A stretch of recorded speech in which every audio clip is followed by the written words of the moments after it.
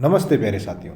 आज हम कार्यपत्रक 115 हल करने जा रहे हैं, जिसकी दक्षता परिमाप एवं क्षेत्रफल की समझ विकसित करनी होगी। जिसका पहला प्रश्न हमें बोल रहा है कि दिए गए खेत का परिमाप ज्ञात करना। इस खेत में साथियों 1 2 3 4 5 और 6 भुजाएं हैं। इन 6 भुजाओं को यदि हम जोड़ लें तो इस खेत का परिमाप आ जाएगा। जिसमें मुझे ऐसा लग रहा है कि इसकी जो 4 भुजाएं हैं, ये 8 की, ये भुजा भी 8 की, ये भुजा भी 8 की, ये भुजा भी 8 की, तो इन 4 का योग तो 8 चौक 32 मीटर हो जाएगा। और 2 भुजाएं हैं वो 16-16 मीटर की है साथियों, तो उनका योग भी आपके 32 मीटर हो जाएगा। तो ये जो ये खेत है इसका पूरा परिमाप 2 और 2 4, 3 और 3 6, मतलब 32 और 32 64 मीटर हो जाएगा। खे है वो एकदम सही उत्तर है, तो यहाँ हम लिख देंगे खे।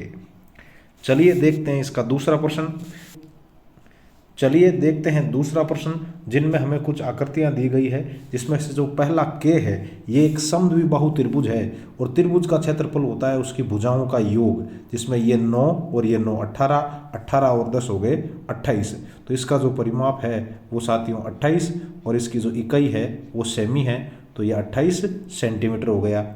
चलिए देखते हैं दूसरे में मुझे एक पंचभुज नजर आ रहा है जिसकी 5 भुजाएं हैं, 1 2 3 4 और 5, और पांचों ही भुजाएं 5-5 सेंटीमीटर की है। तो 5 को 5 से गुणा करें या 5 को 5 बार जोड़ें, इसका जो परिमाप है वो 25 सेंटीमीटर प्राप्त हो जाएगा। तीसरे में एक जो मुझे 1 2 3 4 5 6 7 और 8 भुजाओं का अष्टभुज नजर आ रहा है, जिसकी प्रत्येक भुजा 8 सेंटीमीटर की है, तो आटो आटी 64 सेंटीमीटर इसका परिमाप हो जाएगा साथियों, आटो आटी 64 सेंटीमीटर। तो ये लिख दिया हमने 6 और ये हो गया 4 और ये इसकी इकाई हो गई 64 सेंटीमीटर।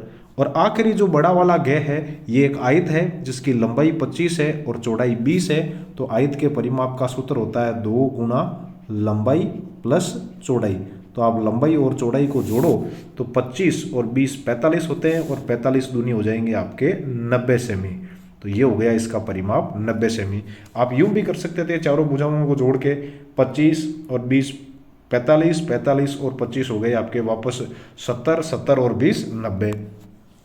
चलिए अब देखते हैं तीसरा प्रश्न, जिसमें हमें कुछ आकृतियां दी गई है। इसमें साथियों हर एक आकृति में 1 सेंटीमीटर लंबी और 1 सेंटीमीटर चौड़ा एक वर्गाकार बॉक्स बना है। तो अपने को एक बॉक्स का मतलब 1 इकाई क्षेत्रफल मानना है। एक बॉक्स का मतलब 1 इकाई।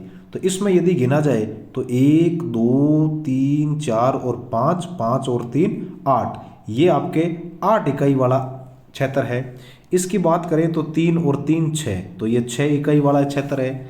इसकी बात करें तो 1 और 1 2, फिर 3, फिर 4, फिर 5 और 6, इसका क्षेत्रफल भी 6 इकाई है। और इसकी बात करें तो 3 और 1 4, तो इसमें जो सबसे अधिक क्षेत्रफल वाला जो आइटम है वो आपके पहला हो गया के, ये तो ये अपना सबसे ज़्यादा क्षेत्रफल वाला या 8 इकाई क्षेत्रफल वाला आकृति हो गई। चलिए अब देखते हैं चौथा प्रश्न, जिसमें हमें एक आकृति दी गई है। इसमें देखिए 1 2 3 4 और 5 वर्गाकार डिब्बे दिए गए हैं साथियों। तो इन 5 वर्गाकार डिब्बे में हर एक डिब्बे की जो लंबाई है वो 4 है और चौड़ाई भी 4 है, मतलब वर्ग का क्षेत्रफल, एक वर्ग का क्षेत्रफल हो जाएगा भुजा गुना भुजा, तो 4 चौक 16 और वर्ग सेमी। तो यहाँ 5 है ये कुल, तो इस तरीके से ये 16 5 80 हो जाएंगे। 16 इसका क्षेत्रफल, 16 और 16 32, 32 और 16 48, 48 और 16 64, 64 और 16 हो जाएंगे 80 वर्ग सेमी। तो इसका जो खे आंसर है वो एकदम सही है। अब देखते हैं इसका आखिरी प्रश्न साथियों। इसमें हमें 13 वर्ग इकाई, मतलब हमें ये मानना है कि एक बॉक्स है उसका जो क्षेत्रफल है वो 1 इकाई है, और यदि कोई भी बॉक्स आधा है, ठीक है, तो उसको आप 1 वर्ग इकाई मान लो, और यदि आधे से कम है तो उसको हम लोग छोड़ देंगे।